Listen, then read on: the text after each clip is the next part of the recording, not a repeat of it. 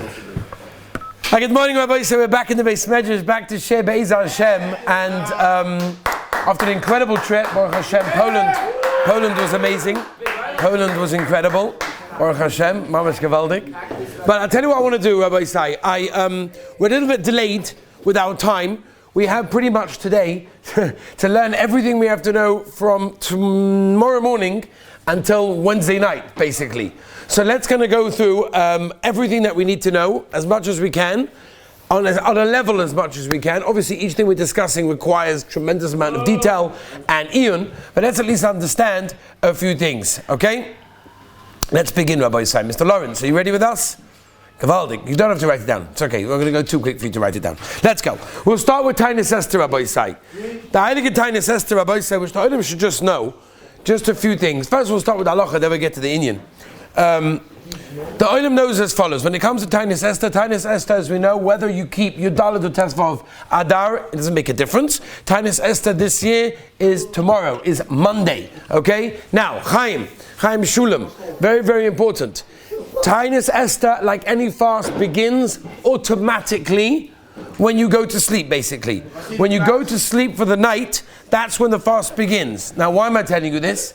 Because in the middle of the night, what happens if you wake up and you decide that, oh my gosh, it's 2 o'clock in the morning, I can quickly chop a breakfast or something. The halacha, that's osa. Why is that osa? That's osa because once you go to sleep, it's k'ilu makabel the tainis, unless you said otherwise. So unless, Gabriel, you say clearly, I'm not being makabel the tainis when I go to sleep, then eating is not allowed unless you said otherwise. Drinking, the Rama says, is mutter, Zevi.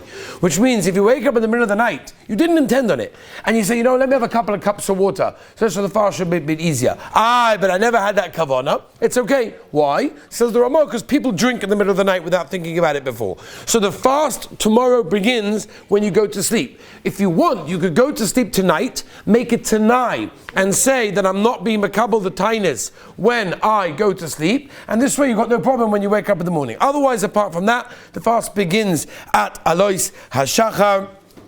Avada, the idea of rinsing the mouth, that a person should not rinse his mouth unless he mamish feels he needs to, and will not be able to speak to people and learn whatever it is for the rest of the day, so then he can lean forward and rinse out his mouth, or even brush his teeth if very much needs be. But otherwise, a person better should not rinse out his mouth in that way. That means if a person knows that he's going to have his chavus in the morning, say he's not going to be able to talk to him, not going to be able to function, he needs to brush his teeth, he needs to rinse his mouth, then he can lean forward, making sure nothing goes down, rinse his mouth and brush his teeth, obviously being careful that nothing goes down. That is okay.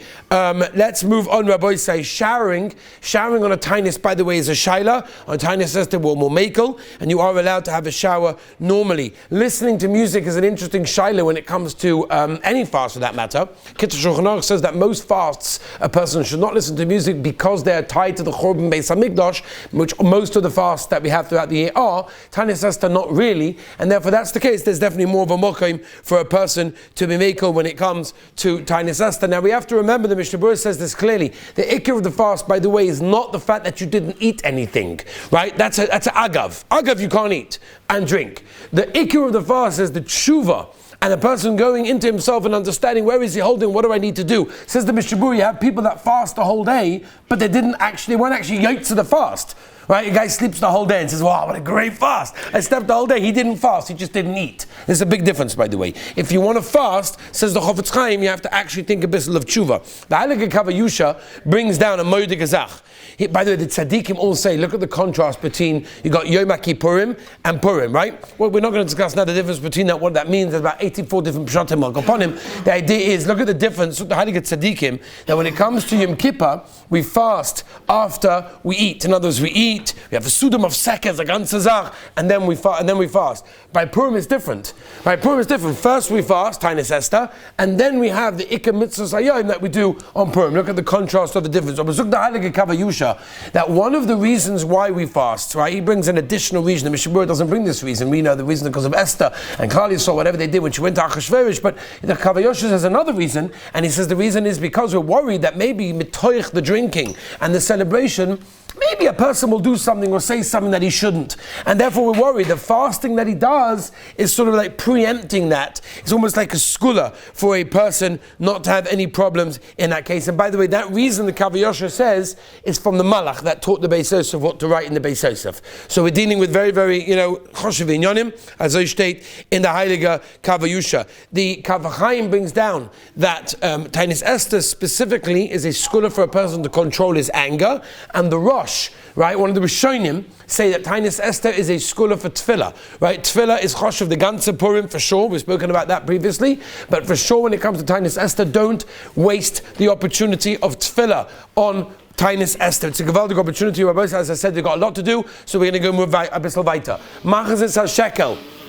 So Machzor Shekel was already from the time Mishnayis, Beis Hamikdash, that Klal Yisrael gives a half a shekel to go through in order to give donations to the Korbanos in the Beis Hamikdash. We do not have a Beis Hamikdash, unfortunately. We hope Be'ez Hashem, by the time Purim comes, we will do Be'ez Hashem. But Al Koponim, if that does not happen, we have to give a Zeicha, LeMachzor Shekel, which is a half a coin that is spent in that area. If you do not have one, or there isn't one in that specific country, then generally what the Gabbat Stocker does, or the Gab of the shul, is he puts 3 halves of whatever it may be, he wraps them together maybe, and the person is koiner it, and therefore you can put in whatever you want to put in. It anyway goes to stocker, so the more you put in gavaldik, and you put it in, you lift up the half a shekel package, and you lift it up 3 times, zeicha, not machzor shekel, you say zeicha, the machzor shekel. The time that we do that is on Tainis Esther, generally before Mincha. Of course you could do it all the way before the Megillah. We need to do it before the Megillah, because why? Chazal tell us, the Gemara says it, Masechtos Megillah, you guys learned this, and that is what? We want to give our shekel before Haman gave his shkolim to Achashverosh to bribe him to do what he did for the Jews. You understand what I'm saying? Tell you with me? And therefore we dafka give the Zeichel Machzor Shekel before we read the Megillah. So if you didn't manage on the Tainis Esther, you can give it all the way until here in Yerushalayim, until Tuesday evening, until we read the Megillah. But the best time to give Machzor Shekel is for sure the time of Tainis Esther, especially because giving stocker on a Tainis is also a grosser zach. Moving on. Let's move on. So we've done Tainis Esther, we've done Machzor Shekel. Let's move on now to Leil Purim. Let's talk about Leil Purim. And over here when we discuss Leil Purim, Avada and Avada, we're discussing Leil Tezvov, because you guys are in Yerushalayim, and Tezvov is our Purim. Agav, just a note to remember, for those that are planning to leave Yerushalayim, be very careful of the 2 following things. I think there's a sign outside about it. Point number 1. Right, I've got that one in a second. Point number 1. This is a complicated sugya which we're not going to go into because it requires a huge amount of knowledge of halacha and rishonim and backwards and forwards. But the simple idea is that when you are in a place, you are chayiv in that place. Right? That's the whole, the Megillah says that at the end. Right? It's a very unusual thing. Right? Normally we don't say that. Wherever you are, that's what you keep. Rather, over here by the Megillah, it's wherever you are, that's what you keep. Now, what defines where you are? Big shaila. But for sure, if a person leaves, let's talk about this year. Let's talk about us. We are Bnei Yerushalayim. We are living in Yerushalayim right now. And therefore, if we leave on Monday night after Tainis Esther and we go Chutz Yerushalayim, wherever that may be that they keep Yudalad Adar Purim, so the halacha is, if I'm going to stay there overnight, or I end up overnight over there, which is pretty much a yearly phone call, Rebbe, what do I do? I just woke up on a bench in the middle of who knows where, and what do I do now? You've got big problems with keeping Purim, which means you have meant to have heard the Megillah last night, which you didn't, you missed it, and now you have to do Matanos Evonim, Shachmonos, and Suda, and all the halachas that go together with those. So therefore, it's always kedai, if you are planning on leaving, make sure you're back and sleep in Yerushalayim at night, unless of course you're planning on having Yudala Purim, that's a whole different shaila. The other thing as well is if you're planning on leaving Yerushalayim by day, meaning on Tuesday, if you're planning on leaving, davening shachar, eating breakfast, and then you're going to go out, whatever it may be, to be misamech other Yidden, if that's the case, so then make sure you're back in Yerushalayim in time. The most lechatchel is to be back for sure, before Shkia for sure,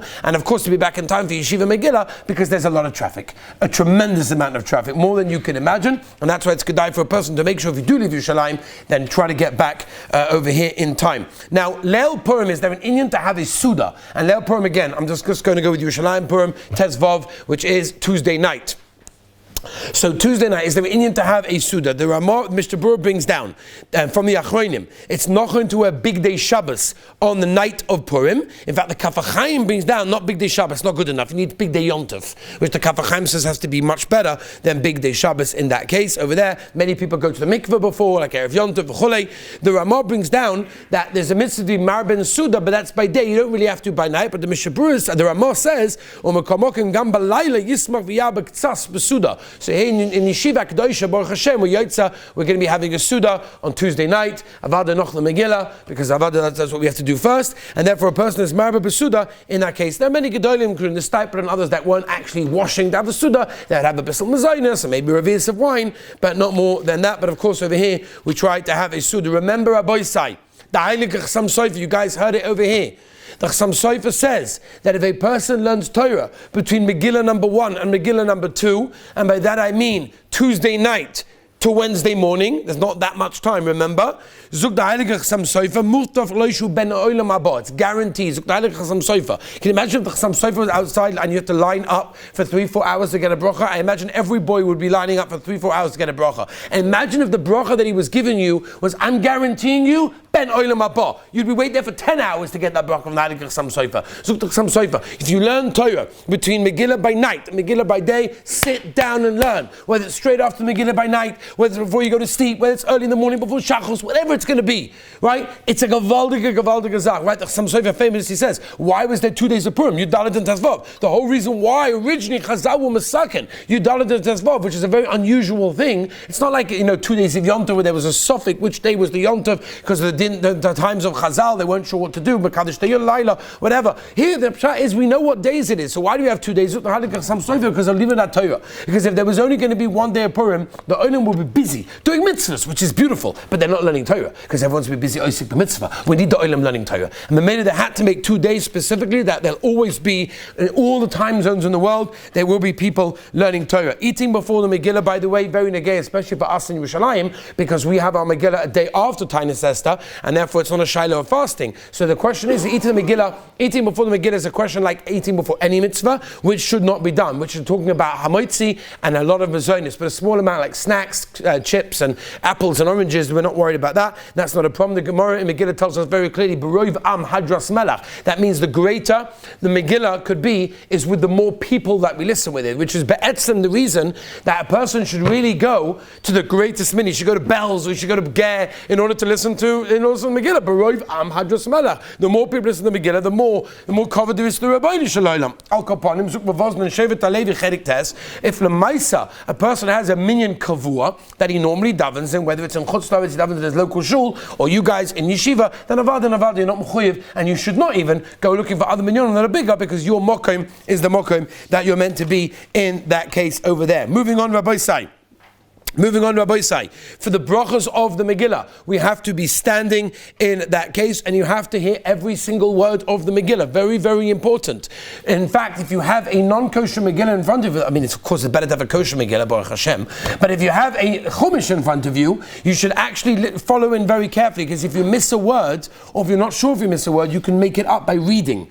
Right? It's very important to remember that, because sometimes by the bang on the hom on the oilam mahadrin min mahadrin, and it goes a bissel more than 3 or 4 seconds, sometimes a little bit more. So if that's the case, I'm not sure. Did I hear the word after homon? I don't know. So you know what you do? You read it inside. And you're good. You can even read a big portion of the Megillah, not Rav, but you can read a big portion of the Megillah yourself, even in a non-kosher Megillah, because you're saying it yourself. So of course it's better to read it on a kosher Megillah, but Akapanim, make sure you have a Megillah in front of you, kosher or not kosher, chumash, whatever it is, and read it yourself if you're not sure. Catch up with the Bal Korah and then stop and listen, right? That's the big thing that a person has to realize. Very, very important. If you have a suffix, if you missed a word, by night we're much more makel than we are by day, because the by day kriya is of course much more important than the by night kriya. It's like Shabbos day Seder is much more chashuv than the Friday night Seder. Even though the Welt has some mistake that it's the other way around, it's not covered that Yom is definitely more chashuv. Mr. Berurah says it's clearly Hilchos covered Shabbos, but upon him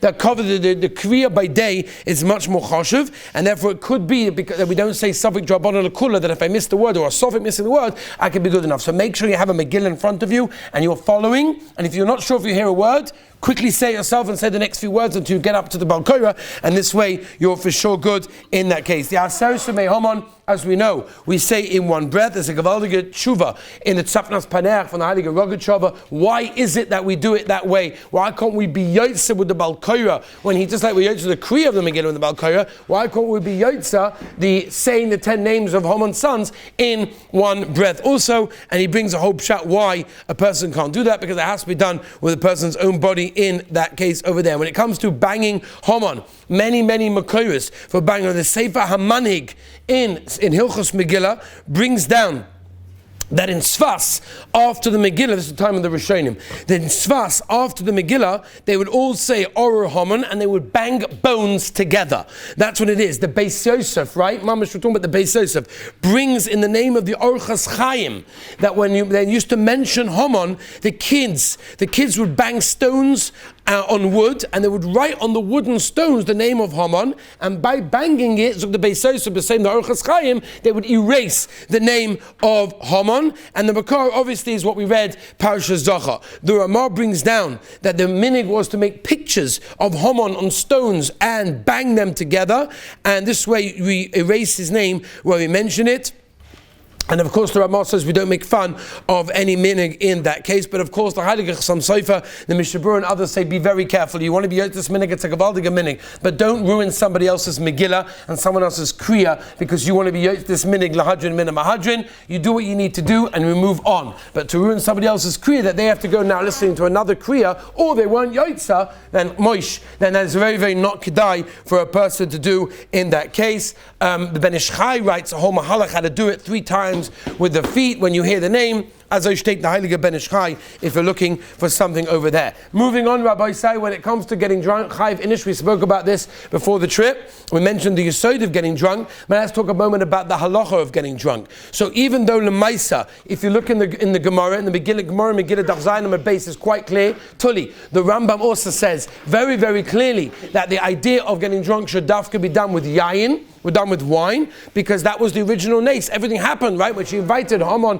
Achashverosh, the whole business, it was all through wine. So according to that, we should dafka have wine. And that's what many of the poskim bring down, that a person should dafka drink wine. However, if you learn, for example, the Yisod V'Shosh V'Avoida, as we did in Sheh, if you remember, and if you look at Igros Moshe as well, he says, any alcoholic beverage, the Aruch HaShulchan paskins this way, Alocha Lamaisa, and as I paskin the Stipel and Orchos Rabbeinu, that you could use any alcoholic beverage in order to get drunk in that case over there. Of course, we have to know, like the Be'alacha says very clearly, that if a person is going to be mezalzel in one of the mitzvahs, whether it's the Tilis Adayin, Birchas HaMazon, whatever it may be, the whole thing's not worth it. If I remember correctly, Aaron Dov, we spoke about this in Sheh, right? We said if a person gets drunk, and he knows himself when he gets drunk what he does. He damages, he curses, he insults, he does all sorts of things. Wrong religion, Rabbi said, that's not our religion, it's not Yisyon Tov, you're talking about something else. I don't know which religion you're following, which God you're following, but that's not our God and not our religion. Our Rebbeinu Shalom and the Torah Kedosha and Chazal tell us clearly what the kavana is when a person meant to be doing. If you know yourself that you're not able to do that, then don't do it, because that's not what the poem is all about, and you're not Yotza, and forget not Yotza, it's even worse than that. Avad, you have to do it in the right way. But again, the Mishnah says it clearly. If your kavana is, and you know yourself what's going to happen, then forget about it. Don't even do it b'chlal. Don't even try to do it. But I do want to mention, we said that we're going to mention this, is that there are many different explanations of what Chayiv Inish even means, right? Yaakov Tzvi. What does Chayiv Inish even mean? So the famous Smaril, which is also brought down in the Bach, that says that we know that Orur Haman and Baruch Malcha is Gematria 502, and therefore Zug the Maril, Zug the Bach. If a person doesn't know how to calculate, I see the guys are already a little bit. If you don't know how to calculate that, then already you're Yotza the Chiyuv. The Bach says if you mess up the order, right? You say Baruch Mordechai and then Orur Haman, right? Tosfos in Megillah. What does Tosfos and Megillah tell us? It comes from Yerushalmi, by the way. Tosfos and Megillah says that if you confuse the song of Shoshanas Yaakov, let's start now and see who's Yotze right now. Right? If you confuse the song of Shoshanas Yaakov, Zuk Tosfos already Yotze, the Chiyuv of Chayiv Inish. Rabbi Yisrael Salanta, the Heilige Rabbi Yisrael Salanta, which is Agav also the Heilige Svasemes, that says that Adul Yada is not a Sheh, it's a P'tor. That means there's no Chiyuv to get to Adul Yada. Pshat is when you get to Ad Lo Yada, you're now potter now from the mitzvah. Which means according to the Sfas Emes and according to Rabbi Sol Salanta, it's the shir should be just keep going until you reach the Shev Ad Lo Yada, now you're potter.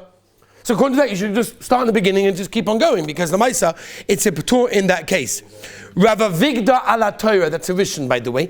Rav Avigdor ala Torah, one of the Rishonim says, the whole purpose of getting drunk on Purim is not for your own simcha. It's to make other Yidden happy. As I take one of the Rishonim, Rav Avigdor ala Torah, famous Rambam until you fall asleep, same as Kolboy, a little bit more than normal. Whatever it may be, again, as long as your kavanah is to do the right thing, say the right things, get to the right places, then avada. Damaging on Purim, by the way, those of you that are familiar with the Gemara in Sukkot Daf Mem Pei Amud Aleph talks about this sugya with all the Rishonim over there. Look it up, where the Gemara talks about damaging on Purim. Machlokes Tosfos and the Rosh, exactly what it means when the Gemara says over there they used to grab the esrogim for people and pelt them. What does that mean? They're taking and stealing esrogim for people. A machlokes that again the time doesn't allow us to expand on, but lemaisa we should know that if a person damages while he is besimcha, while he is drunk, even though there are Rishonim that say it's okay and he's potter from paying, the Aruch HaShulchan says it does not negate nowadays. Aruch HaShulchan Choshen Mishpat paskins halacha lemaisa that it's not negate anymore, because lemaisa generally a person is not damaging through the simcha. I'm not talking about when he's standing on a chair in a normal way and it collapses because it's a weak chair. I'm talking about whenever he's messing around and he's besimcha, taka besimcha, but upon him he damages. The Aruch HaShulchan paskins and Azoi paskin to me, Rabbi Zil Orbach and Rafal Zatzal and many other Gedolei poskim that avada it doesn't apply, and therefore a person would have to pay whatever he damages on Purim. Now Shinoi Mokem, another halacha that a person has to know, that if you're drinking or eating for that matter, do you have to make a new bracha in every place you go? And again, when you go to houses and everyone gives you a l'chaim, do I have to make a new bar priyagov? And this is very, very important, because if I don't make a bracha, I'm stealing from Hashem if I needed to, and if I do make a bracha when I shouldn't have done, I still make a bracha levatola, which is a shiloh. We're going about big shilas. So what we're meant to do is we make ourselves into a holchei drachim. Holchei drachim means I don't have a specific place. I'm traveling the whole time. I don't have a kvias. If I made myself a kvias, then mishane mokim. If I change my mokim, then that will be a problem, and it would require a person to go along and make a new bracha. But if you're a holchei drachim, that means you would never convey your mokum of where you're drinking it to begin with. You started on the go, so then you're holchei drachim. Holchei drachim, it doesn't have a din of a problem of shinei mokum in that case over there. When it comes to the sudas of Purim, so avada, the Mishnah Berurah brings down the Ramasas already that a person should learn before the suda, learn ksas, limud ksas, a little ksas, because you're busy the whole day. But at least sit down and learn a bissel before the suda. That's very, very important. Many people learn Hilchos Pesach, right? 30 days before Pesach, we learn Hilchos Pesach, right? That's what people do. There's a shaila whether or not you have to eat meat. Moshe says that chicken is enough. The Lekit Yosha brings no Trumas Hadesh, and says no, you mamash have to have flesh. The zman, by the way, of eating is also specifically, the zman is, you should have roiv of the Suda before Nacht. Whatever you hold Nacht to be, Shkia, whatever you hold Shkia to be, make sure you have roiv of the Suda before Nacht in that case. Okay, Rabbi Isaac says that there's tons and tons of halachos. We tried to get through most of what we did from Tainis Esther all the way until Purim Day. Again, let's remember and let's try to realize that it's a choshev day, it's a holy day, it's a day that has so much opportunity. Purim has got so much kedusha, chaparayim, tehillim, Torah, tefillah, whatever you could do, Rabbi Isaac, try the best you can. The Rabbanim Shalom says, just like we have to give to everyone who asks us, the Rabbanim has to give to what we ask. It's a moedik day of tefillah. It's an unbelievable day of kodesh. Don't waste it. Don't do the wrong thing. And Be'ez Hashem, if we do that, the Rabbanim Shalom will give us so much siyata d'shmaya, and all that tefillah will be mekabel.